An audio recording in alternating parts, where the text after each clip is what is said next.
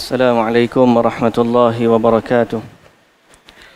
Bismillahirrahmanirrahim. Alhamdulillah wassalatu wassalamu ala Rasulillah wa ala alihi wa sahbihi ajma'in. Rabbi syrah li sadri wa yassir li amri wahlul 'uqdatan min lisani yafqahu qawli, amma ba'du. Puji dan syukur bagi Allah Subhanahu wa taala, Tuhan pemilik sekalian alam. Ialah Allah yang menjadikan, mencipta, mentadbir, mengurus segala yang ada. Daripadanya kita datang dan kepadanya kita kembali. Selawat serta salam atas Nabi junjungan kita, Nabi Muhammad sallallahu alaihi wasallam, juga atas ahli keluarga baginda, para sahabatnya dan para pengikutnya yang setia sehinggalah ke hari kiamat. Alhamdulillah. Muslimin dan muslimat yang dirahmati Allah, sahabat-sahabat, para jemaah yang berada di Masjid IJN dan juga yang mendengar secara dalam talian. Alhamdulillah, kita syukur pada Allah Subhanahu wa taala kerana Allah Subhanahu wa taala bagi satu kesempatan masa kepada kita. Dalam waktu ini kita mohon kepada Allah agar Allah bagi manfaat kepada kita berkaitan dengan ilmu agama kita. Dan perkongsian kita pada tengah hari ini mungkin sekejap saja sebelum daripada kita solat zuhur.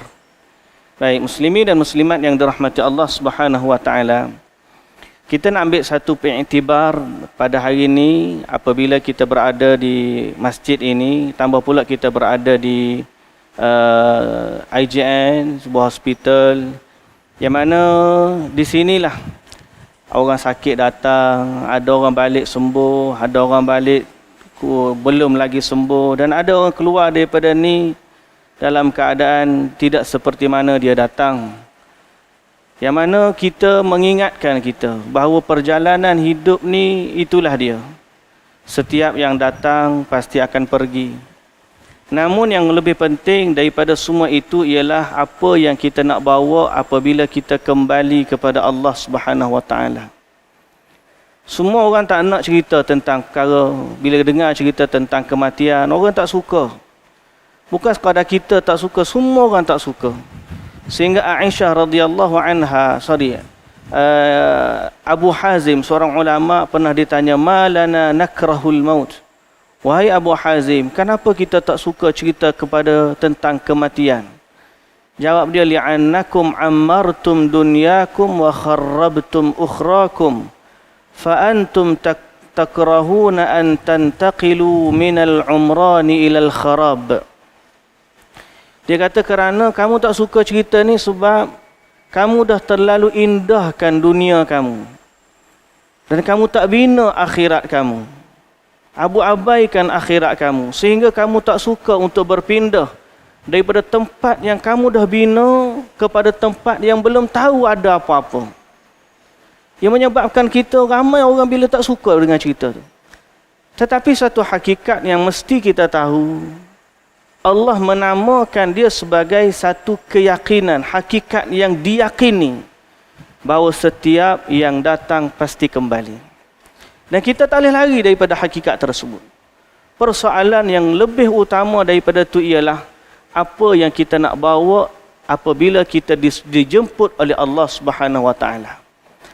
Tuan-tuan yang muslimin dan muslimat yang dirahmati Allah, perkara yang Allah Ta'ala akan tanya kita di akhirat nanti sangat simple. Sangat simple. Soalan utama, hak detail kemudian, tapi yang paling utama, yang ni menentukan kebaikan dan keburukan, yang ni menentukan syurga dan neraka, yang ni menentukan redha ataupun murka. Satu je. Yang lain, detail tu bawah pada dia. Hak nombor satu ialah man rabbuka. Siapa Tuhan kamu? Allah Subhanahu wa taala nak ialah kita ni mati dalam keadaan menyembah dia dan tidak mensyirikkan dia dengan sesuatu pun. Itulah kehendak Allah Azza wa Jalla dalam menciptakan kita dan sekalian alam. Kata Allah Subhanahu wa taala dalam Quran, "Wa ma khalaqtul jinna wal insa illa liya'budun." Tidaklah aku, kata Allah, ciptakan jin dan manusia melainkan untuk mereka menyembahku. Bila kita mati, soalan tu yang akan kita tanya. Dan bila kita kembali kepada Allah, itulah yang Allah Ta'ala nak tanya. Kata Nabi SAW kepada pakcik dia, Abu Talib, yang dia kasihi, yang dia sayang, yang jaga Nabi daripada kecil. Di saat Abu Talib sakit nak meninggal dunia, Nabi pergi jumpa Abu Talib, minta sungguh-sungguh dengan Abu Talib, wahai pakcik, tolonglah, ucaplah la ilaha illallah. Lain daripada tu aku akan berhujjah di hadapan Allah untuk kamu. Kamu katalah la ilaha illallah.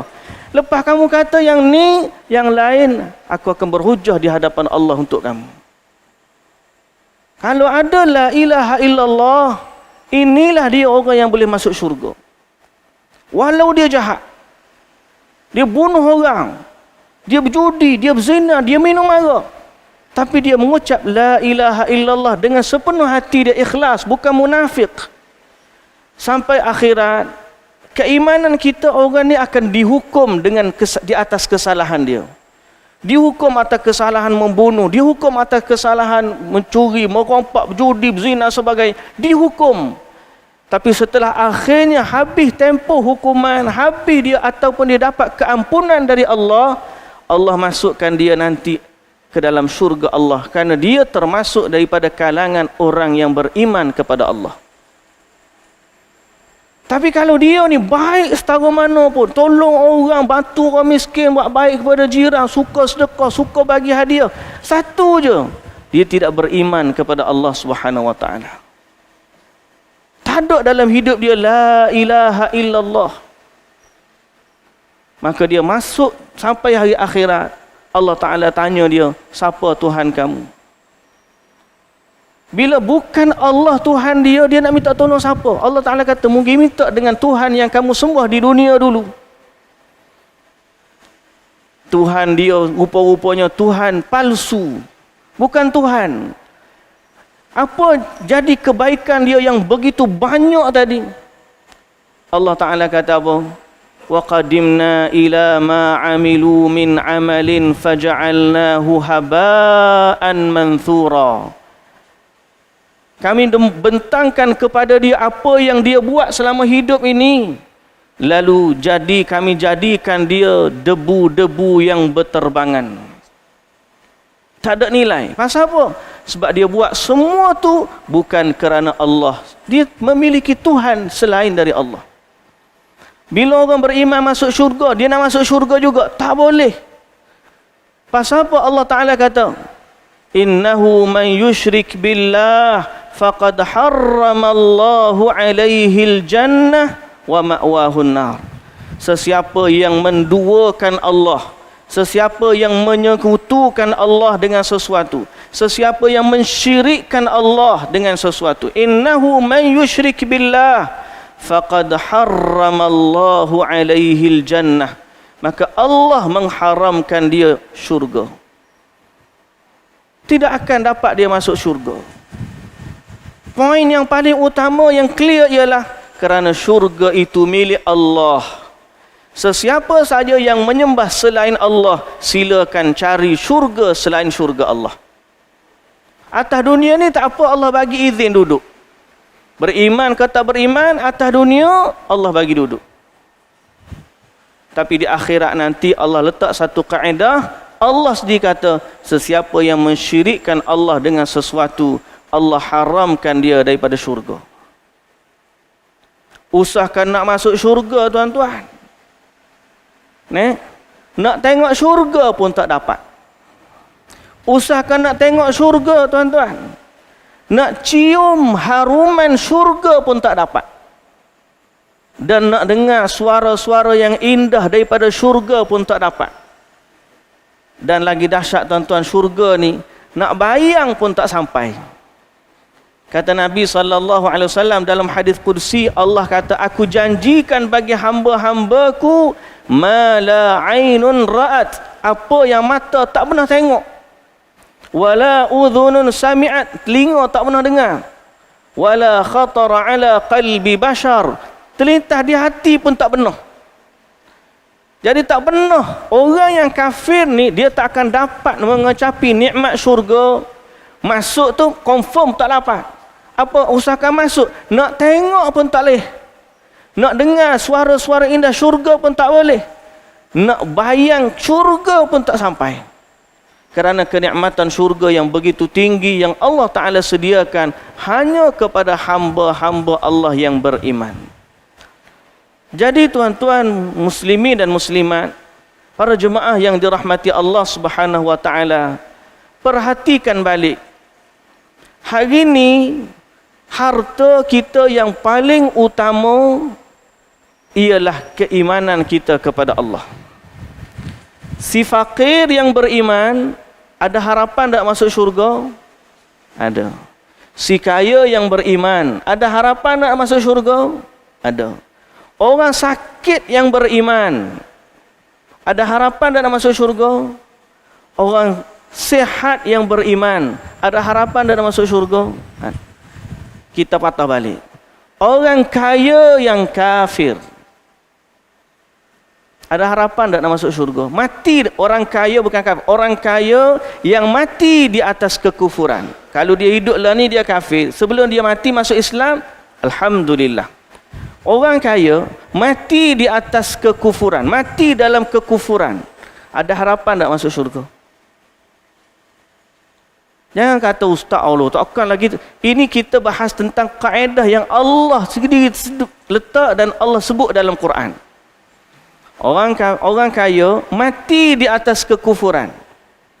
Ada harapan tak masuk syurga?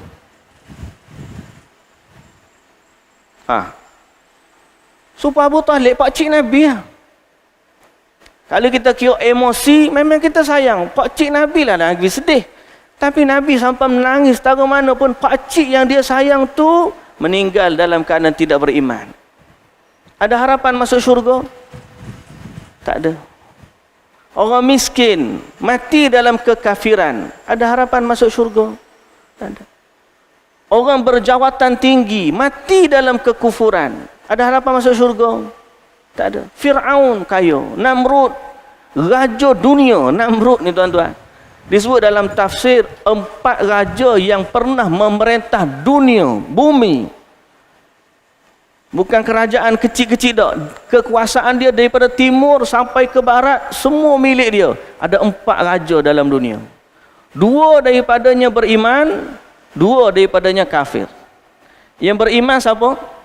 Nabi Sulaiman nombor 1. Yang kedua siapa? Zulkarnain. Ini Allah Ta'ala sebut dalam Quran. Kita panggil Iskandar Zulkarnain. Ada orang kata dia Alexander the Great, tapi bukan. Alexander the Great tu dia kafir.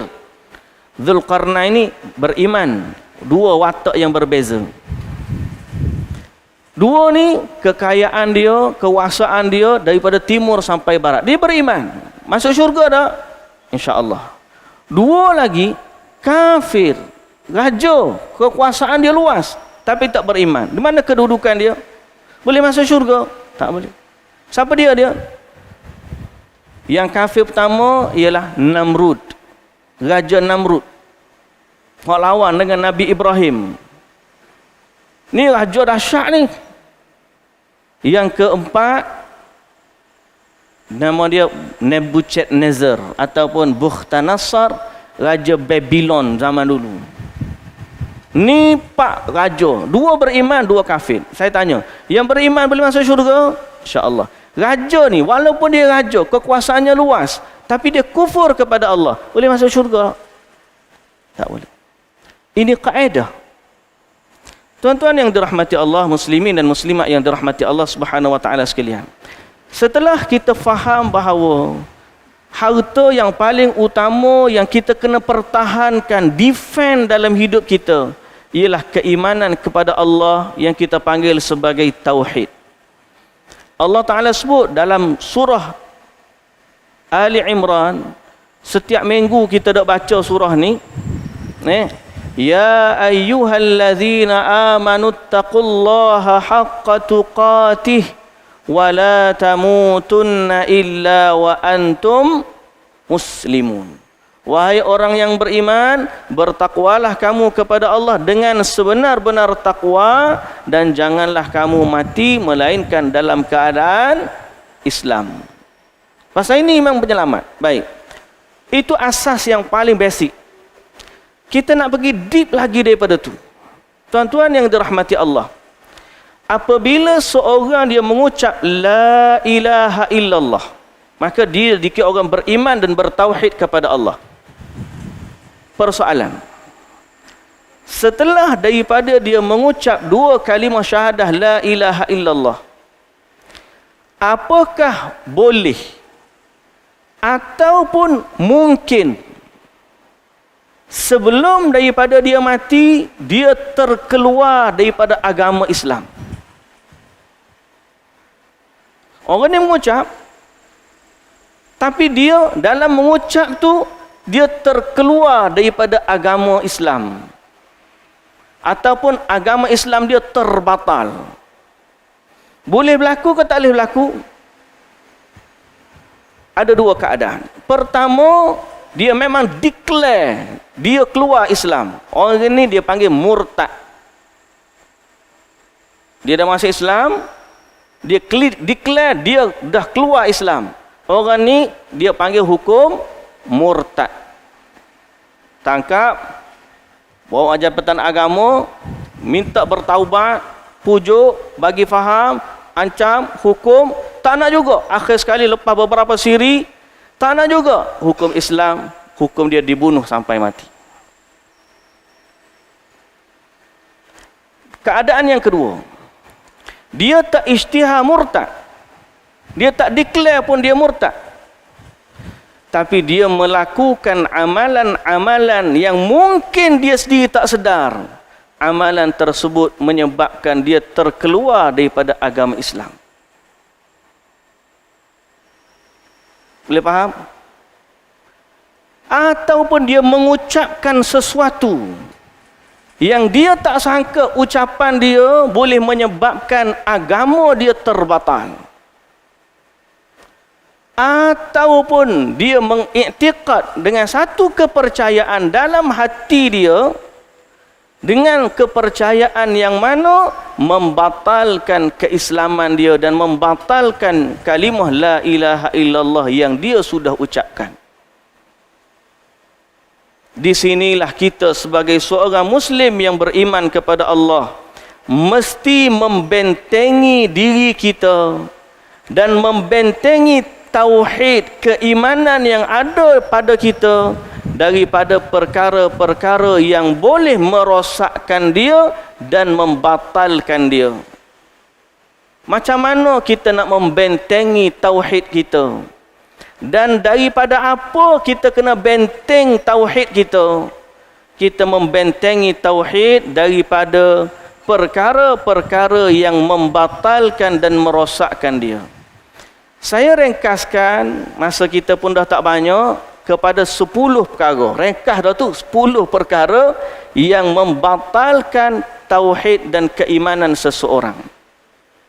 Yang pertama, beribadah atau menyembah selain Allah.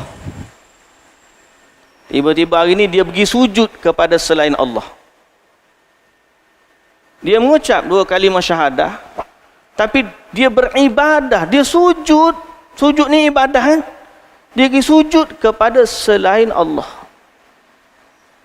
maka batal tauhid dia. Dia kata saya ngucap, betul ngucap, tapi perbuatan kamu sujud kepada selain Allah telah menyebabkan iman kamu terbatal. Dia tak declare murtad, tapi perbuatan dia telah menyebabkan. Dari sudut hukum, bila dia kembali kepada Allah di hari akhirat, dia sangka dia masih beriman, tetapi rupa-rupanya dosa syirik itu menyebabkan iman dia terbatal. Nombor 1. Nombor 2 ialah orang yang menjadikan perantara ghaib antara dia dengan Allah. Perantara ghaib antara dia dengan Allah. Allah ni dia suruh kita menyembah dia, minta dengan dia, sebagaimana surah Al-Fatihah Allah Ta'ala kata, iyyaka na'budu wa iyyaka nasta'in. Hanya kepadamu ya Allah kami menyembah, dan hanya kepadamu ya Allah kami minta pertolongan.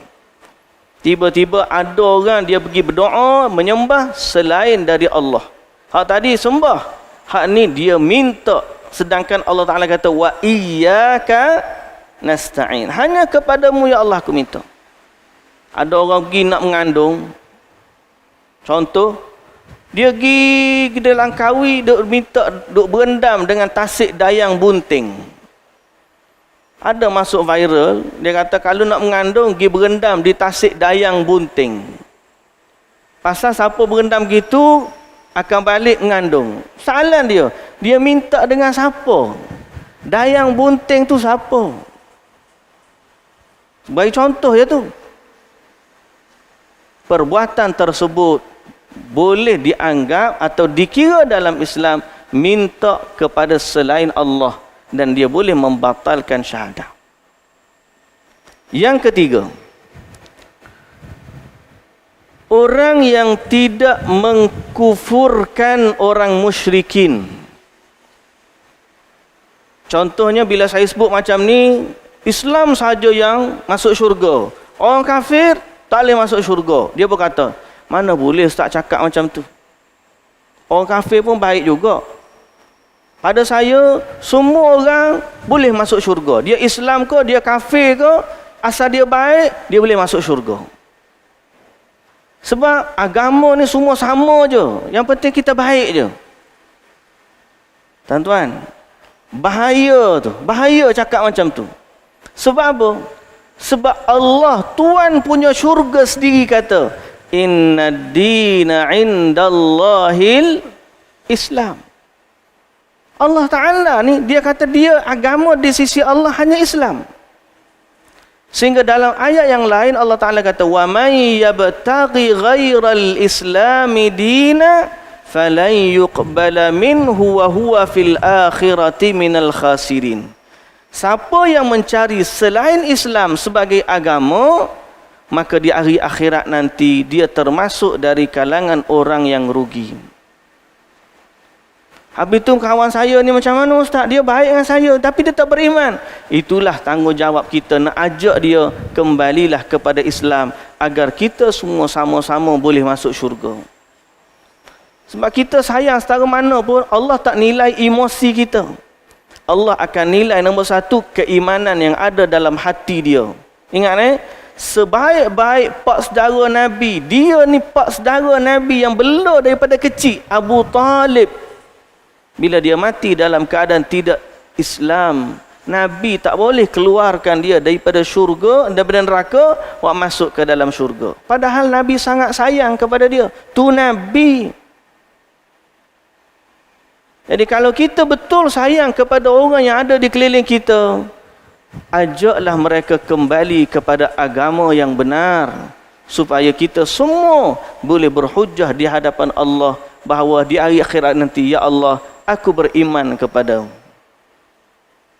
Lepas tu masuk syurga, tinggi rendah kedudukan, tu baru tengok ni amalan dia banyak ke sikit. Sikit duk syurga rendah, banyak syurga tinggi. Asasnya mesti beriman kepada Allah Subhanahu wa taala. Baik, muslimin dan muslimat yang dirahmati Allah Subhanahu wa taala sekalian.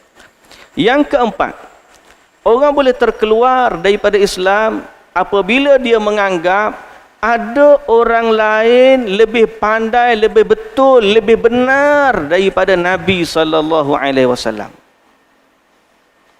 Nabi ni Rasul, tiba-tiba dia kata, tak apalah, hak tu hak Nabi, aku nak ikut ni. Hak ni lebih betul daripada Nabi. Dari sudut agama.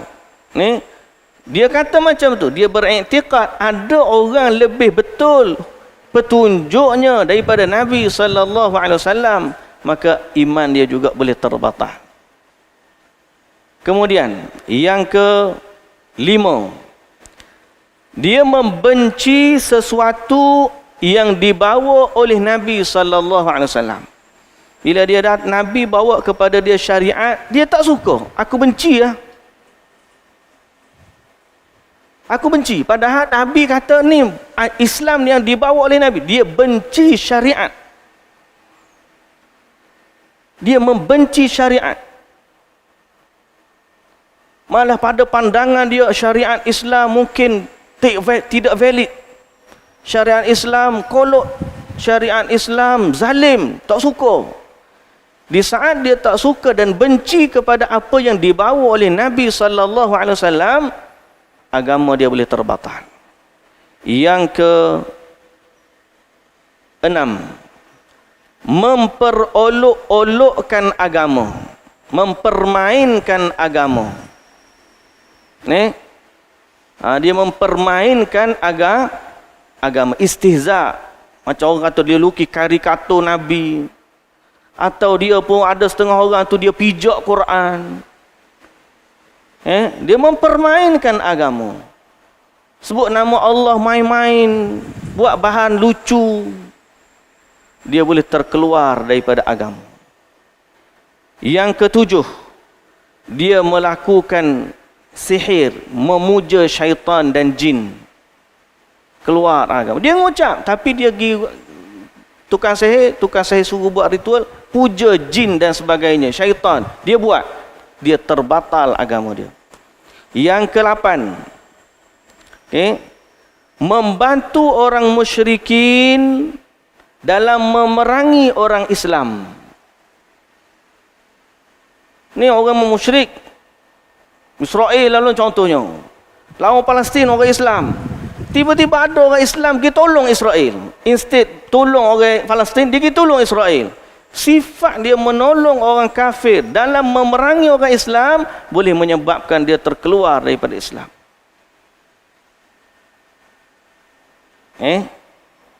Tidak boleh perkara tersebut. Muzaharatul musyrikin wa muawanatihim 'alal muslimin. Yang ke-9, mempercayai ada orang atas dunia ni tidak terikat dengan syariat Islam. 9, dia percaya dia ni dia tak perlu ikut syariat Nabi Muhammad sebab dia ada syariat dia sendiri. Dia ni ilmu direct daripada Allah. Dia tak perlu lalu Nabi Muhammad. Dia direct daripada Allah Subhanahu Wa Taala. Siapa yang percaya macam tu, agama dia terbatal. Kerana Islam hari ni mesti kembali mengikut Nabi Muhammad sallallahu alaihi wasallam sebagai satu hujah sokongan. Tuan-tuan ingat di akhir zaman Nabi Isa ni turun. Dia ni Nabi, terima wahyu, ada kitab sendiri. Tapi di saat dia turun di akhir zaman, even Nabi Isa pun dia belum ni Nabi, dia kena ikut Nabi Muhammad sallallahu alaihi wasallam. Itu Nabi Isa. Tiba-tiba kalau ada kata dia tok wali ustaz, tok wali, dia tak ikut syariat kita, dia buat syariat dia sendiri sebab dia terima direct daripada Allah Taala. Siapa yang kata macam tu, dia terkeluar daripada Islam. Jangan main-main. Terkeluar daripada Islam siapa yang beriktikad bahawa ada orang yang boleh keluar, tak perlu ikut syariat Nabi Muhammad. Jangan main-main. Setengah tu dia bukan setakat boleh ikut, dia kata dia ni wali yang tertinggi yang ada power mengawal alam semesta. Tu lagi syirik. Ada orang percaya macam tu. Dia kata dia wali yang boleh mengawal alam semesta. Tak boleh. Ini semua kepercayaan yang kita kena jaga agar kita selamat tauhid kita. Bila Allah Ta'ala tanya kita, man rabbuka? Kita jawab Allah. Dan yang ke-10 muslimin dan muslimat yang dirahmati Allah Subhanahu Wa Ta'ala, yang terakhir ialah seorang yang berpaling dan meninggalkan agama Islam itu sendiri. Yang ni kita kata sebut tadi, dia nak murtad, dia berapa, dia tak nak pakai dah Islam. Dia anggap Islam itu bukan lagi sebahagian daripada Islam. Maka orang ni pun terkeluar daripada agama. Semoga Allah Subhanahu Wa Ta'ala jaga agama kita semua. Itulah yang dapat saya sebut dalam waktu yang ringkas, agak terbatas, tapi mudah-mudahan memberi manfaat kepada kita semua, terutamanya dalam kita mengambil iktibar sebuah perjalanan kehidupan, bahawa setiap yang hidup pasti akan meninggal. setiap yang datang pasti akan pergi, dan kita pergi itu bukan pergi ke mana-mana, melainkan setiap yang mati akan pergi bertemu dengan Tuhan yang menciptanya. Andai dia betul hidup waktu dia hidup dulu, dia beriman dan menyembah Allah, maka selamatlah dia. Tapi andai dia mati dalam keadaan kufur, tidak beriman kepada Allah, tidak ada Tuhan sebenarnya selepas daripada dia mati, melainkan Allah, di saat itu yang dia nampak hanyalah kemurkaan Allah dan azabnya. Jadi semoga Allah Ta'ala jaga kita semua, dan Allah tetapkan hati kita di atas keimanan sebagaimana doa Nabi sallallahu alaihi wasallam, ya muqallibal qulub tsabbit qulubana ala dinik. Subhanakallahumma wa bihamdika asyhadu an la ilaha illa anta astaghfiruka wa atubu ilaik. Aqulu qawli hadza wa astaghfirullahal azim li wa lakum. Wassalamu alaikum warahmatullahi wabarakatuh.